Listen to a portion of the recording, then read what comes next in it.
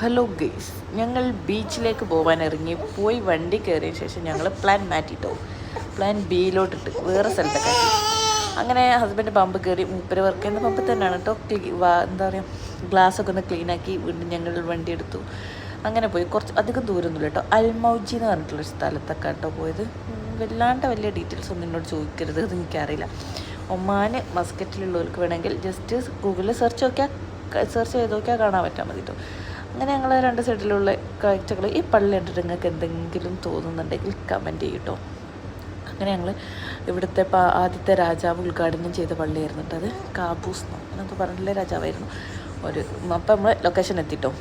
അപ്പം നമ്മൾ ലൊക്കേഷൻ എത്തി. ഇത് ഇവിടുത്തെ കുറച്ച് VIP ടീംസുകൾ മാത്രം താമസിക്കുന്നൊക്കെ ഒരു റെസിഡൻസി ഏരിയ കൂടിയാണ് കേട്ടോ. ഇവിടെ മറ്റേ സ്കൂബ ഡൈവ് കാര്യങ്ങളൊക്കെ ഉണ്ട്. അപ്പോൾ നമ്മൾ പാർക്കിങ്ങിനായിട്ട് ഇങ്ങനെ തിരിഞ്ഞായിരുന്നു. അവസാനം പാർക്കിംഗ് കിട്ടിയപ്പോൾ അതിൻ്റെ തൊട്ടിപ്പുറത്ത് തന്നെ നല്ലൊരു കാറിൻ്റെ പേരും കാര്യങ്ങളൊന്നും എനിക്കറിയത്തില്ല. അപ്പോൾ നമ്മൾ അവിടെ നിന്ന് കുട്ടികൾ കുറച്ച് ഫോട്ടോസൊക്കെ എടുത്ത് അങ്ങനെ നമ്മൾ ഇവിടെയുള്ള ബോട്ടിൻ്റെ സെക്ഷനിലേക്ക് എത്തിട്ടോ.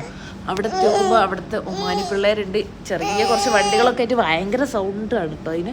അത് കൊണ്ടിട്ട് പോകുന്നു. അങ്ങനെ നമ്മൾ ബോട്ടൊക്കെ കണ്ട്. ബോട്ടിനെ കുറിച്ച് പറയുകയാണെങ്കിൽ നല്ല നീറ്റ് ആൻഡ് ക്ലീൻ എന്ന് പറയേണ്ട ബോട്ട്.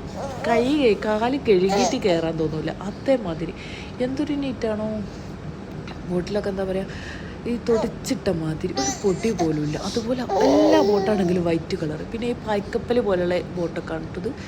അങ്ങനെയൊക്കെ എനിക്ക് പറയാനറിയുള്ളൂ. മറ്റേ പായൊക്കെ നൂർത്തുന്ന സംഭവമുണ്ട്.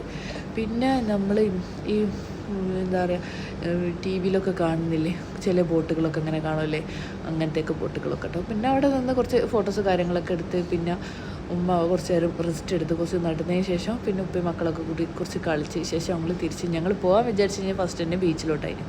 നമ്മളെ തൊട്ടിപ്പുറത്ത് തന്നെ ആകുന്നുണ്ട്. വീണ്ടും നമ്മൾ ബീച്ചിലോട്ട് തന്നെ ലാസ്റ്റ് തിരിച്ചു.